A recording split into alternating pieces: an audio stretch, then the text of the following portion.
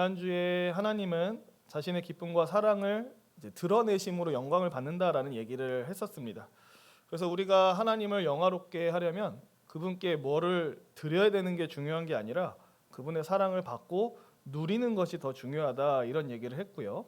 또 하나님은 사람을 자신의 형상으로 지으셨고 그만큼 사람이 하나님을 닮았기 때문에 공동체를 이루고 누군가를 사랑하며 살아간다, 그런 얘기를 했습니다. 그래서 하나님이 사람에게 주신 세 가지 그 복된 관계가 있었는데 그게 뭐냐면 세상, 그리고 이웃, 하나님이라고 하는 세 가지 복된 행복의 관계를 주셨다, 그런 얘기를 이제 지난주에 살펴봤습니다.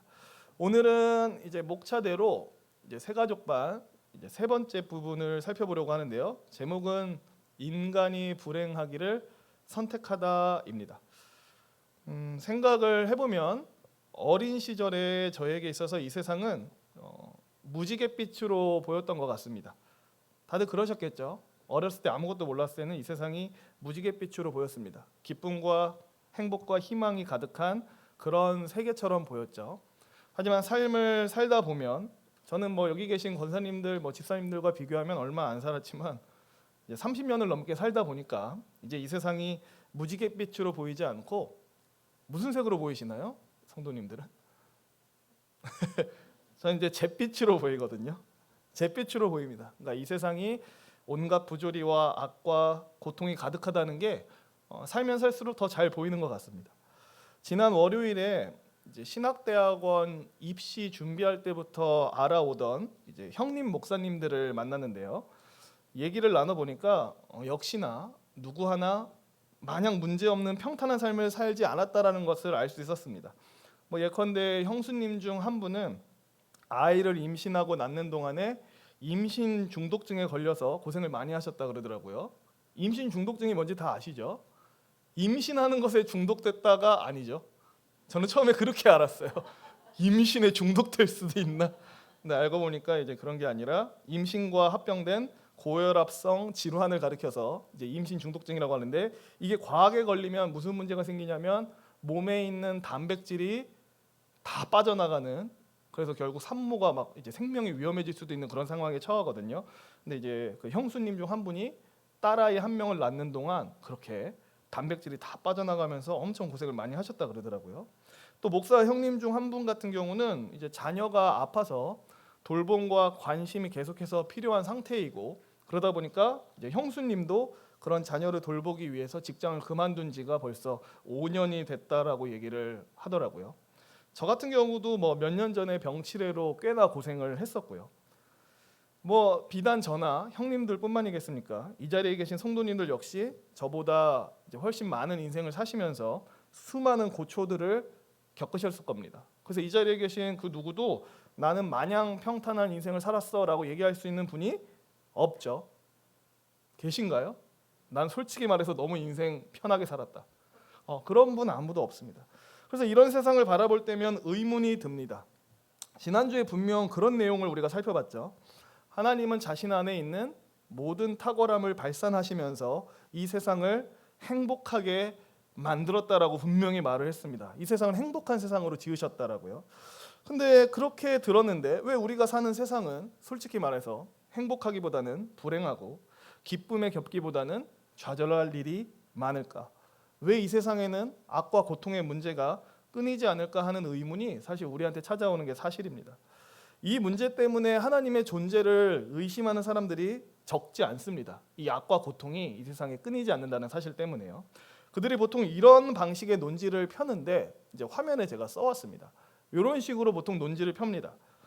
정말로 신이 선하고 전능하다면 왜 이 세상에는 악과 고통이 가득한 것인가? 답은 둘 중 하나다. 신이 선한데도 이 세상에 악이 가득하다는 것은 신에게 악을 이기거나 다스릴 능력이 없다는 뜻이다. 혹은 신이 전능한데도 이 세상에 악이 가득하다는 것은 신이 선하지 않다는 뜻이다. 악을 막을 능력이 있음에도 악과 고통을 방치하기 때문이다. 결국 이 세상엔 신이란 존재하지 않는다. 이런 논지를 많이 피고요. 사실 믿는 사람들도 제가 여기 방금 화면에 띄워드린 이런 의문에 빠지기도 합니다. 신은 선하지 않거나 전능하지 않거나 둘 중 하나고 사실상 신은 없는 것과 마찬가지다. 이런 식의 생각을 많이 합니다. 이것과 관련해서 두 가지 얘기를 하고 넘어가면 좋을 것 같은데요. 근데 지금부터 할 얘기가 조금 딱 들었을 때 이렇게 이해될 만한 내용이 아닐 수가 있습니다. 그래도 좀 말씀을 드릴게요. C.S. 루이스라고 하는 기독교 작가가 이런 얘기를 했습니다.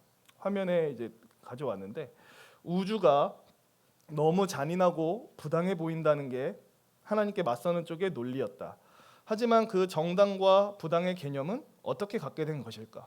우주를 무엇과 비교해 부당하다고 하는 것일까? 라고 이제 C.S. 루이스라고 하는 사람이 말을 했는데, 이 말을 딱 보면 알 것 같으면서도 모를 것 같은 그런 느낌이 좀 드는 말입니다. 일단 제가 얘기를 좀 더 해보도록 하겠습니다. 예컨대 사람들이 약자들이 고통을 당하거나 굶어 죽고 억압당하는 상황을 보면 뭐라고 얘기하죠? 사람들은 약자가 막 고통당하고 억압당하고 굶어 죽고 있어요. 그 모습을 보고 사람들은 그건 참으로 정당한 일이야, 세상은 마땅히 그렇게 돼야 돼라고 반응하나요? 아무도 그렇게 반응하지 않습니다. 그죠? 약자들이 억압받고 굶주리고 고통받는 것에 대해서 그것은 부당하다라고 하면서 분노를 표출하는 게 일반적인 사람의 반응이에요. 근데 재밌게도요, 현대인들이 자연스럽게 받아들이고 있는 세계관 중에 하나가 진화론이잖아요. 그죠?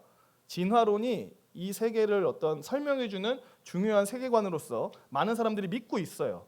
근데 이 진화론이요, 살펴보면 자연 도태를 원리로 삼고 있거든요. 좀 더 얘기하자면 이게 어떤 거냐면, 변화하는 환경 속에서 적합하지 않은 개체들은 모두 파멸한다가 자연 도태라는 의미입니다. 약한 개체는 강한 개체에게 생존 경쟁에서 밀리면서 사라진다. 이게 진화론에 있어서 그것을 돌아가게 하는 중요한 원리예요. 다르게 표현하면 진화론은 죽음과 파멸, 약자에 대한 강자의 폭력에 의존하고 있거든요. 이걸 빼버리면 진화론이 설명되지가 않아요. 죽음과 파멸을 얘기해야 되고요, 약자에 대한 강자의 폭력을 얘기해야만 진화론이 성립이 됩니다. 근데 제가 드리고 싶은 말이 뭐냐면요, 우리가 살고 있는 이 자연 세계를 가만히 바라보면 생각보다 우리가 살고 있는 자연 세계가 낭만적이지 않습니다. 그러니까 멀리서 보면 낭만적일 수 있지만 가까이서 쳐다보면 그렇게 낭만적이지가 않아요. 우리가 살고 있는 자연 세계는 죽음과 파멸이 가득하고요, 약자에 대한 강자의 폭력이 당연한 세계입니다. 그러니까 생태계를 보시면 느끼시죠? 약자의 고기는 강자의 먹이가 됩니다.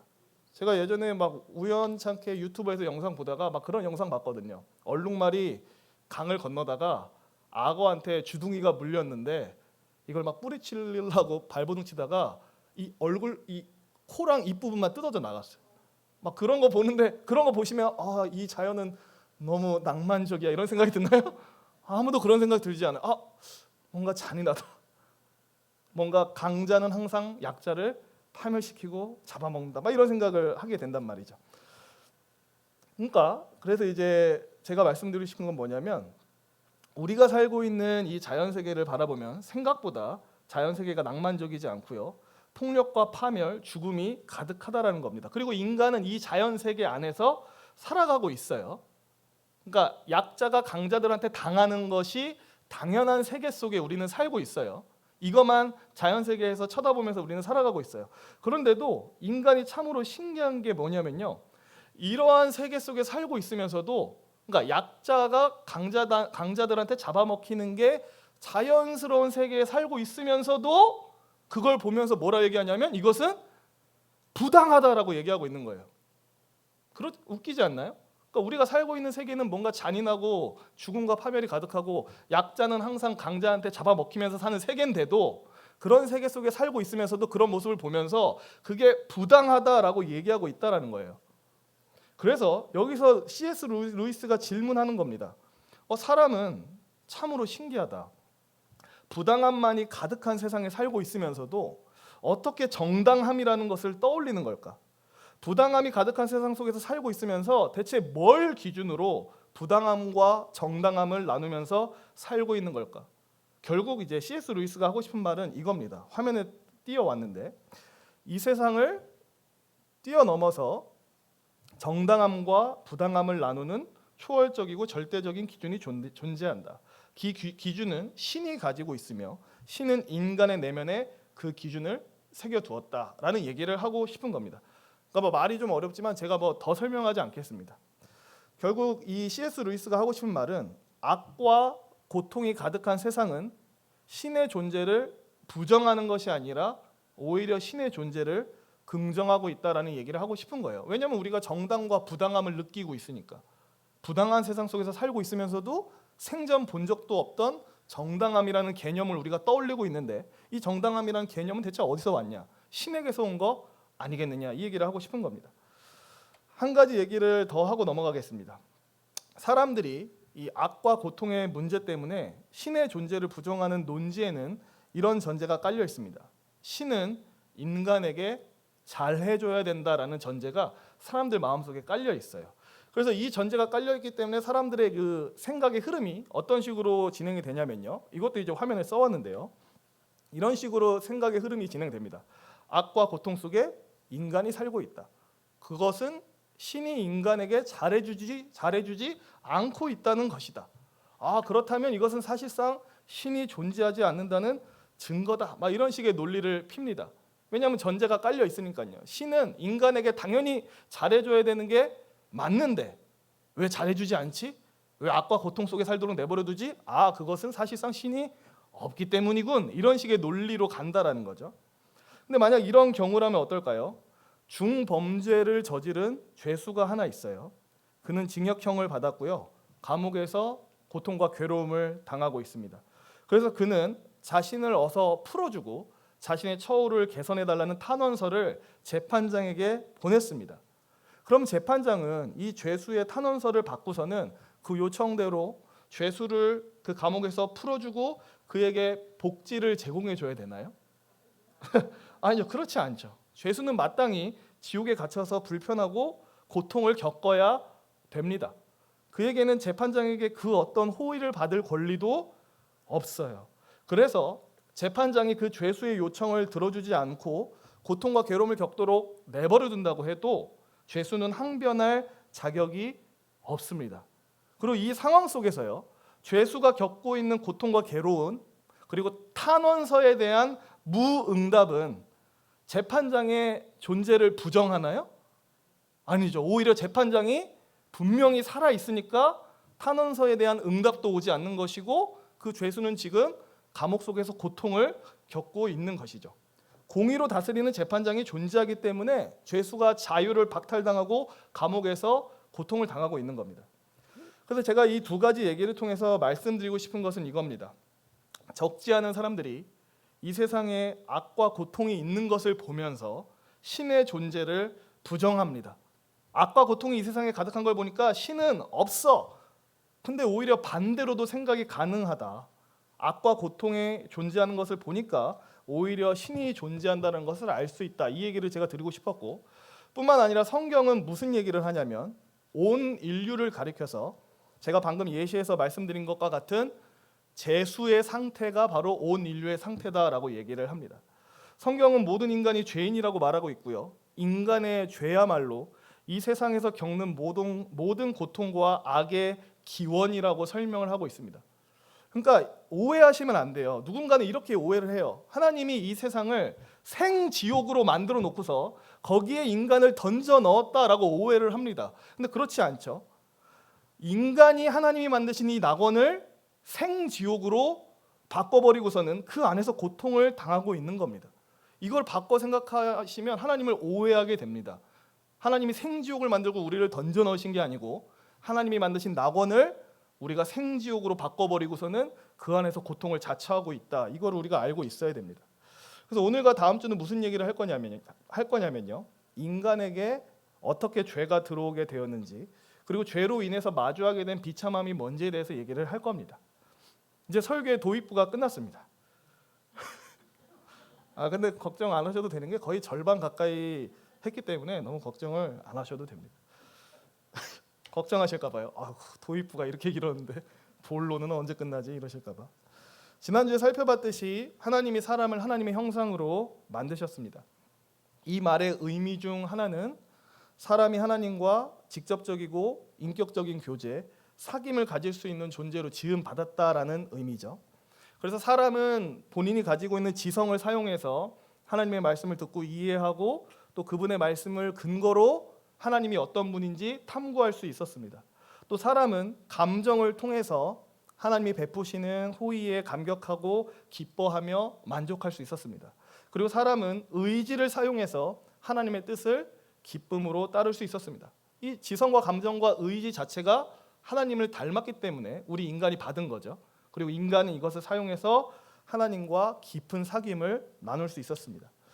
하나님은 이 사람을 만드신 후에 기쁨이라고 하는 뜻을 지닌 에덴 동산에 사람을 두셨고요. 이 에덴은 하나님과 사람이 교제하는 공간이자 사람이 하나님께 받은 그 대리 통치자의 사명을 실현하는 시작점이 되었습니다. 그리고 하나님은 이 동산의 중앙에 무언가를 두셨는데요. 우리가 창세기 2장 9절 말씀을 우리 함께 읽도록 하겠습니다. 여호와 하나님이 그 땅에 보기에 아름답고 먹기에 좋은 나무가 나게 하시니 동산 가운데는 생명나무와 선악을 알게 하는 나무도 있더라. 하나님께서 동산 중앙에 두신 첫 번째 것은 생명나무였습니다. 생명나무는 무언가를 상징하고 있습니다. 뭘 상징하고 있냐면 아담이 현재 누리고 있는 그 생명이 자기 스스로한테서 온 것이 아니라 하나님으로부터 왔음을 기억하게 하는 상징이었습니다. 아담은 그 생명나무를 보면서 항상 생각했어야 됐습니다. 내가 하나님의 자비와 사랑 때문에 지금도 이렇게 먹고 마시며 삶을 누리고 있구나 라는 것을 생명나무를 볼 때마다 생각했어야 됐습니다. 하나님께서 동산 중앙에 두신 또 하나의 나무가 있었습니다. 그것은 선악을 알게 하는 나무였습니다. 근데 이제 선악을 알게 하는 나무와 관련해서 오해를 하시면 안 되는 게 있죠. 이 나무 자체에 어떤 특별한 성분이 들어있어서 이 나무 열매를 먹으면 이전에 모르던 새로운 지식이 생겨나는 그런 게 아닙니다. 그리고 혹은 이 나무 열매에 어떤 독성이 들어있어서 이 나무 열매를 먹으면 이 독성 때문에 인간이 오염되는 그런 것도 아닙니다. 이 선악을 알게 하는 나무 역시 무언가를 상징하는데요. 뭘 상징하냐면 도덕적 자율성을 상징하는 나무입니다. 그러니까 무엇이 선하고 무엇이 악한지를 스스로 결정한다는 것을 상징하는 게 이 선악을 알게 하는 나무입니다. 근데 왜 이것이 금지되어 있냐면요. 궁극적으로 뭐가 선하고 궁극적으로 뭐가 악한지를 나눌 수 있는 이 기준은 누구한테서만 나올 수가 있죠? 이거는 사실 하나님에게서만 나올 수 있습니다. 그러니까 사람이 개개인별로 선과 악의 기준을 함부로 만들어 버리면 이 세계는 혼란밖에 찾아오지 않아요. 그러니까 절대적인 기준이 우리한테 필요하고 이 절대적인 기준은 오직 하나님으로부터 나오게 되어 있습니다. 그러니까 선과 악을 나눌 수 있는 유일한 주권자는 하나님 한 분뿐이시다라는 것을 이 선악을 알게 하는 나무가 보여주는 거예요. 그래서 이 나무의 열매를 만약 먹는다라는 건 어떤 의미겠어요? 그 선악을 나누는 하나님만이 하시는 일을 이제는 내가 하겠다라는 의미입니다. 그러니까 내가 하나님이 되겠다라는 그런 의미죠. 그래서 하나님이 그 나무의 열매를 먹는 것을 금지하십니다. 이걸 금지함을 통해서 하나님이 전달하고 싶으셨던 메시지는 뭐냐면 무엇이 선하고 악한지를 결정하는 최종 판단은 그것은 오직 하나님께만 속한 일이며 하나님이 도덕에 있어서 최고의 권위이시고 그 무엇도 하나님보다 앞세우는 권위로서 존재해서는 안 된다라는 것을 그 나무를 통해서 얘기하고 싶으셨던 겁니다. 하나님이 아담을 창조하셨습니다. 행복과 만족의 세계로 그를 초대하신 뒤에 오직 딱 한 가지만 금지하셨죠. 나는 하나님이고 너는 피조물이라는 사실을 항상 기억해라. 선악을 알게 하는 나무를 보면서 그것을 항상 기억하라라고 하는 아주 이제 작은 단 하나의 금령만 주셨습니다. 그리고 우리가 창세기 2장 9절을 읽으면서 봤듯이 하나님이 생명나무와 선악을 알게 하는 나무를 동산 어디에 두셨죠? 중앙에 두셨습니다. 중앙에 두셨다라는 것은 동산 어디를 돌아다녀도 그 나무가 항상 눈에 띄었다라는 거예요. 그래서 생명나무를 보면서 아담은 항상 내가 누리고 있는 생명과 이 복된 삶이 하나님으로부터 왔다라는 것을 기억하고 또 선악을 알게 하는 나무를 볼 때마다 내 위에 최고의 권위자 주권자이신 하나님이 계시다라는 것을 항상 기억했어야 됐죠.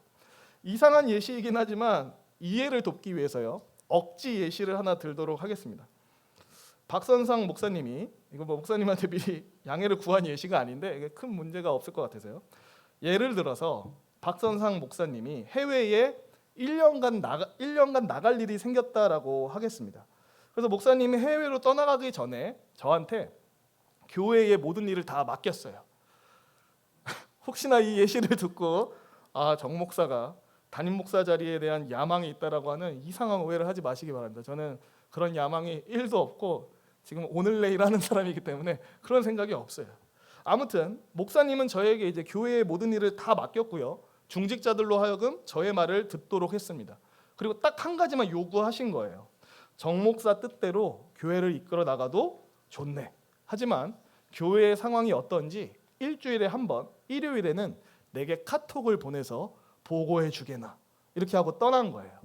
이제 어떻게 된 거죠? 저는 담임 목사와 다름없는 권한을 갖게 된 겁니다. 필요하다면 부교육자를 더 뽑을 수도 있고요. 마음에 안 드는 부교육자를 내보내면 안 되겠죠. 교회 전체의 방향을 바꾸거나 어떤 중요한 결정을 내릴 수도 있게 된 겁니다. 이쯤 되면 저는 착각할 수 있습니다. 내가 이 교회의 담임 목사가 아닐까라고 착각에 빠질 수 있습니다. 근데 그 착각을 일주일에 한 번씩 와장창 깨주는 일이 있습니다. 그게 뭐냐면 일주일에 한 번씩 카톡으로 박성삼 목사님께 한 주 동안 우리 교회에서 이런 일이 있었습니다라고 보고를 하는 그 일요일이 오면 저는 딱 깨닫게 됩니다. 내가 담임 목사가 아니고 박성삼 목사님이 담임 목사지. 이해가 되시나요? 제가 무슨 말을 하고 싶은지? 선악을 알게 하는 나무가 하는 역할이 딱 이겁니다. 사람들은 하나님에 대해서 이렇게 따지기를 좋아하죠. 왜 선악을 알게 하는 나무를 두셔서 아담을 힘들게 하고 타락할 빌미를 주셨냐. 근데 선악을 알게 하는 나무의 용도는 아담을 괴롭히기 위한 용도가 아니었습니다. 하나님이 누구신지 인지하고 내가 누구인지를 올바르게 인지함으로써 하나님이 만드신 올바른 창조 질서 속에서 하나님과 바른 관계를 맺으며 그분께 합당한 예배와 경배를 올려드리도록 하는 용도, 그게 선악을 알게 하는 나무가 가진 용도였어요.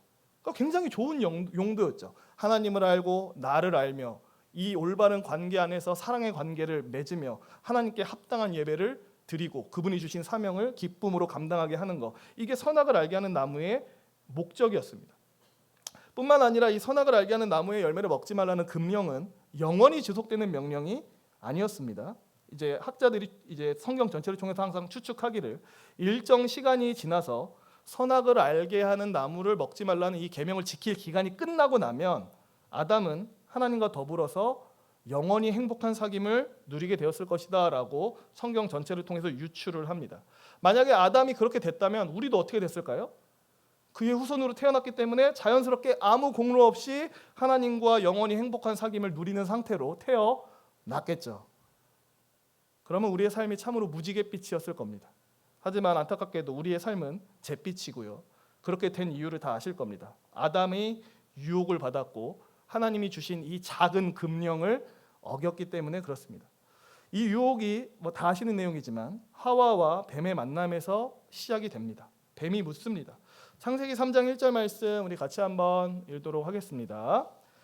그런데 뱀은 여호와 하나님이 지으신 들짐승 중에 간교하니라. 뱀이 여자에게 물어 이르되 하나님이 참으로 너희에게 동산 모든 나무의 열매를 먹지 말라 하시더냐. 뱀이 그럴싸하게 말하는 것 같지만 사실 좀 어딘가 이상합니다. 뱀이 얘기를 하죠. 하나님이 동산에 있는 모든 나무의 열매를 먹지 말라고 하시지 않았냐? 이렇게 물어봅니다. 근데 정말로 하나님이 그렇게 말씀하셨나요? 너희는 동산에 있는 모든 나무의 열매 먹지 마! 이렇게 말씀하셨나요? 그렇게 말씀하신 적이 없어요. 창세기 2장 16절을 우리 함께 읽어보도록 하겠습니다. 시작. 여호와 하나님이 그 사람에게 명하여 이르시되 동산 각종 나무의 열매는 네가 임의로 먹되. 다 아시듯이 하나님이 그렇게 말씀하신 적이 없습니다.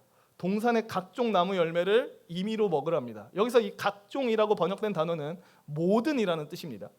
동산에 있는 모든 나무 열매를 네가 임의로 너의 자유를 마음껏 사용해서 그 나무 열매를 마음대로 먹어라 라고 얘기를 합니다. 근데 뱀이 존재하지도 않는 왜곡된 주장을 밀어넣죠. 하나님이 동산에 있는 모든 나무의 열매를 먹지 말라고 하지 않았니? 근데 참으로 이 이상한 말임에도 불구하고 이 말 때문에 하와의 마음속에 이전에 없었던 어떤 의심의 불길이 살짝 팍 하고 불꽃이 튀기 시작합니다. 그래서 하와가 대답을 합니다. 창세기 3장 2절에 이렇게 얘기를 합니다.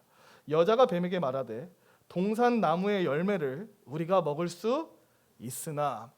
그러니까 어떻게 보면 하와가 되게 바르게 대답한 것처럼 보이죠. 하지만 우리가 방금 읽었던 창세기 2장 16절이랑 비교하면 다른 점이 두 군데가 있습니다. 창세기 2장 16절에 다시 보여주면 하와는 대답을 할 때 제가 색칠한 이 두 가지 표현을 뺍니다. 하나님은 동산 각종 나무의 열매를 네가 임의로 먹을 수 있다라고 말씀하셨는데 하와는 뭐라 얘기했냐면 동산 나무의 열매를 먹을 수 있다까지만 얘기를 합니다.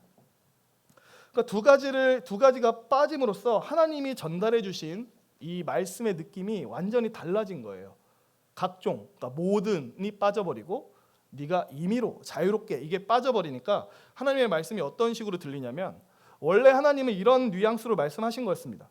아담과 하와야 이리 와서 여기 있는 모든 열매를 원하는 대로 마음껏 먹으렴. 이건 전부 다 너희 거야. 이렇게 말씀하신 건데 이제 하와한테는 이 말씀이 이런 의미로 들리는 게 아니라 마치 하나님이 이렇게 말씀하시는 것처럼 들리기 시작했습니다. 왔구나. 동산의 열매를 먹으려면 먹으렴. 이 정도의 뉘앙스로 바뀌어버린 거예요. 뱀은 하와로 하여금 하나님의 말씀을 다르게 해석하도록 의심하도록 만드는 데 성공했고요. 하와의 마음속에 서서히 이제 뒤틀린 생각이 들어오기 시작했습니다. 하나님이 뭔가 뒤에 어떤 잘 보이지 않지만 시커먼 악의를 숨겨놓고 있고 정말로 좋은 것은 꽁꽁 숨겨놓으시는 그런 인색한 분이 아니실까라는 생각을 갖기 시작한 겁니다. 각종과 임의로라는 표현이 빠졌다는 게 이게 다 하와의 마음을 들춰내는 거죠.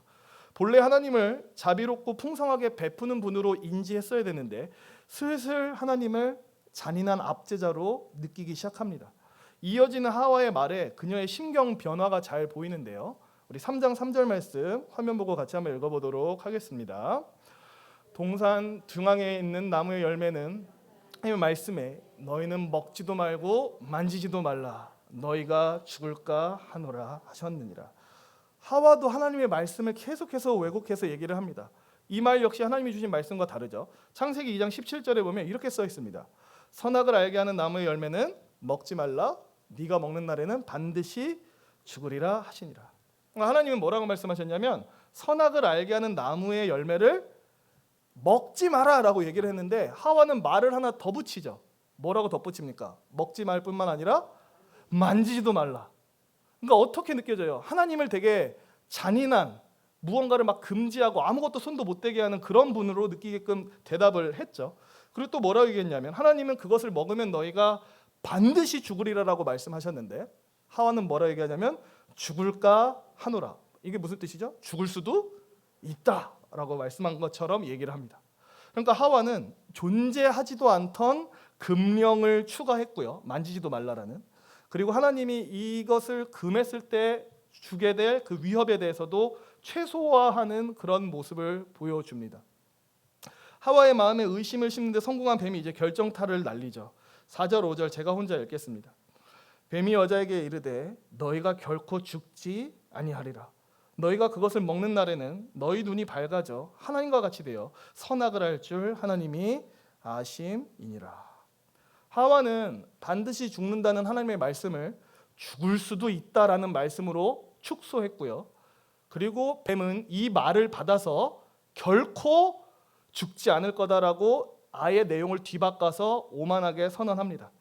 그리고 하나님이 선악을 알게 하는 나무의 열매를 먹지 못하게 금지시킨 진짜 이유는 뭐냐면 너희가 하나님처럼 될 것을 겁내고 있기 때문이다라고 그렇게 얘기를 합니다. 하나님은 사실 너희를 사랑하지 않고 사실 하나님은 너희가 하나님처럼 되는 것을 두려워하고 계셔. 그러니까 이 열매를 먹고 하나님처럼 되어라 라고 얘기를 하는 거죠. 제가 앞서 말씀드렸을 때 이 선악을 알게 하는 나무의 용도는 굉장히 좋은 용도라고 말씀드렸습니다. 하나님을 알고 나를 알며 올바른 창조의 질서 속에서 그분과 사랑하며 그분을 예배하도록 만드는 게 이 나무의 목적이라고 얘기를 했는데 뱀은 이 목적을 완전히 뒤틀어서 하나님은 너희가 하나님처럼 되는 것을 겁내고 계셔. 이렇게 내용을 완전히 바꿔버립니다. 그러니까 완전히 넘어간 하와의 눈에 이 선악을 금지한 나무가 선악을 알게 하는 나무가 이렇게 보이기 시작합니다. 6절 말씀 제가 혼자 읽겠습니다. 여자가 그 나무를 본즉 먹음직도 하고 보암직도 하고 지혜롭게 할 만큼 탐스럽기도 한 나무인지라 여자가 그 열매를 따먹고 자기와 함께 있는 남편에게도 주매 그도 먹은지라. 하나님께서 금지하신 그 선악을 알게 하는 나무가 이제 하와의 눈에 너무 아름답게 보이기 시작했습니다. 여기서 먹음직도 하다라고 번역된 말은 원어로 직역하면 먹기에 선하다라는 뜻입니다. 선악을 알게 하는 나무가 먹기에 선한 나무였나요? 아니죠. 하나님의 금령하에서 먹기에 선한 나무가 아니었습니다. 근데 이제 하와의 눈에 그것이 먹기에 선하게 보였다라는 거예요. 이거 무슨 의미예요? 하와가 선과 악을 자기 멋대로 규정짓고 있다라는 겁니다. 이미 선과 악을 자기 뜻대로 규정 지으면서 하나님 노릇을 시작하고 있었다라는 거죠. 뿐만 아니라 하와는 이 선악과를 남편 아담에게도 줍니다. 성도님들도 다 아시듯이 하와가 남편에게 이 선악과를 먹이기 위해서 어떤 설득을 하는 장면이 전혀 등장하지 않아요. 그러니까 아담 또한 아내가 그 열매를 줬을 때 아무 소리하지 않고 아무 의문을 제기하지 않고 저항 없이 받아 먹었다라는 겁니다. 왜 저항 없이 받아 먹었을까요? 자기의 아내의 생각과 똑같은 생각을 지금 자기도 품고 있기 때문에 그렇습니다. 그래서 아담은 하나님께 순종하기보다 아내에게 순종했고요. 아내와 동일한 생각을 품음으로써 자기 자신을 선과 악을 구분하는 존재, 곧 하나님과 같은 존재로 승격시키려는 그런 생각을 품습니다. 그래서 여기까지 함께 살펴보면서 우리가 발견할 수 있는 것은 뭐냐면 아담과 하와의 죄가 단순히 열매 하나 먹은 죄가 아니라는 것이죠. 모든 것을 만드시고 다스리시고 풍성하게 공급하시는 이 하나님을 의심하고 그 하나님을 버린 채 자기 자신이 하나님이 되어 최고의 자리에 오르겠다는 교만의 죄이자 반역의 죄였던 겁니다. 그래서 선악과를 먹은 죄가 이토록 무시무시한 결과를 갖고 온 거죠. 그들이 열매를 먹어서 어떤 결과가 찾아왔는지 다 아실 겁니다. 그들의 욕망대로 아담과 하와가 하나님처럼 되었나요? 하나님처럼 되기는커녕 하나님으로부터 버림받고 그동안 누리고 있었던 모든 풍성한 것을 싸그리 잃어버렸습니다. 그리고 결핍과 비참과 절망 속에 추락하게 됐죠. 말씀을 마치도록 하겠습니다. 사실 생각해 보니까 제가 그 갈릴리 교회 막 처음 왔을 때도 비슷한 설교를 했던 것 같아요. 한 5년 전에도. 오늘도 결론이 비슷하게 날 것 같습니다. 모든 인간의 마음 속에는 부정할 수 없는 뿌리 깊은 병이 하나 있습니다. 어떤 병이 있냐면 의심병이 있습니다. 무엇에 대한 의심이냐면 하나님에 대한 의심이라고 하는 병이 저를 포함해서 모든 사람의 마음속에 심어져 있습니다. 하나님은 선하지 않으며 내게 좋은 것을 주기를 굉장히 마땅치 않게 여기시며 사실 나를 사랑하지도 않으시며 내가 편히 사는 꼴을 못 보는 분이시다 라는 이 뿌리 깊은 의심이 사실 우리 마음 어디 한켠에 숨어 있어요. 근데 오늘 말씀을 통해서 우리가 알게 됐습니다. 이 의심을 처음 품은 게 우리인가요? 아니요. 이 의심은 우리의 선조 아담과 하와로부터 시작됐고 그들의 후손인 우리 안에도 이 의심이 여전히 뿌리 깊게 박혀 있습니다. 하지만 우리는 알아야 됩니다. 이 의심의 결과가 무엇이었는지를 잘 알아야 됩니다. 이 의심을 통해서 아담과 하와가 하나님이라고 하는 족쇄를 벗어던지고 스스로가 하나님이 돼서 진정한 자유를 누리며 더 큰 행복과 더 큰 기쁨에 도달하게 되었는가? 그렇지 않죠. 이 의심 때문에 인류는 부조리가 가득한 세상, 악과 불의가 가득한 세상, 고통과 신음소리가 멈추지 않는 세상에 도달하게 됐습니다. 세상이 이미 생지옥으로 변해버렸기 때문에 이 생지옥 안에 사는 우리 신자들 또한 어쩔 수 없이 악과 고통을 마주할 수밖에 없어요. 이 세상이 생지옥인데 어떻게 피합니까? 이 안에서 살고 있는 것 자체가 악과 고통을 계속 마주할 수밖에 없는 환경을 만들어냅니다. 그러다 보니까 믿는 우리 마음속에도 의심병이 이렇게 돋아나죠. 아니 나는 왜 하나님을 믿는데도 내 삶에 악과 고통이 계속 있지? 하나님은 선하지 않구나. 날 사랑하지 않으시는구나 라는 의심 속에 빠져서 막 신앙의 침체를 겪습니다. 하지만 설교 초두에도 말씀드렸지만 하나님이 이 세상을 생지옥으로 만든 다음에 우리를 거기에 던져 넣으신 것이 아닙니다. 우리가 하나님이 만드신 낙원을 생지옥으로 바꾸고서 거기서 고통을 자처하고 있는 것이 진실입니다. 하나님은 우리를 행복으로 초대하셨지만 애석하게도 우리는 스스로 불행하기로 선택한 겁니다. 그럼에도 불구하고 하나님은 이 고통의 구렁텅이 속에서도 섭리하시고 역사하셔서 선을 이루시고 우리로 하여금 숨통이 그래도 트이게 하시는 거죠. 그러므로 이 자리에 계신 성도님들 모두 우리 안에서 계속 돋아나는 이 의심의 죄악과 싸울 수 있기를 바랍니다. 우리를 자유롭고 행복하게 만들기는커녕 더욱 비참하고 더욱 고독하게 만드는 이 의심의 죄악과 계속해서 싸우시길 바랍니다. 성도님들의 그 내적 시선이 하나님을 향한 의심으로 향하지 않도록 그렇게 방치하지 마시고 하나뿐인 아들을 우리를 위해서 아끼지 않으신 이 하나님의 사랑과 선하심에 우리의 내적 시선이 향할 수 있게 하기를 원합니다. 그래서 생명의 공급자이자 유일한 주권자이신 그리고 선하고 풍성히 베푸시는 이 하나님을 다시 한번 믿음의 눈으로 발견할 수 있는 저와 성도님들 되시기를 소망합니다. 우리 말씀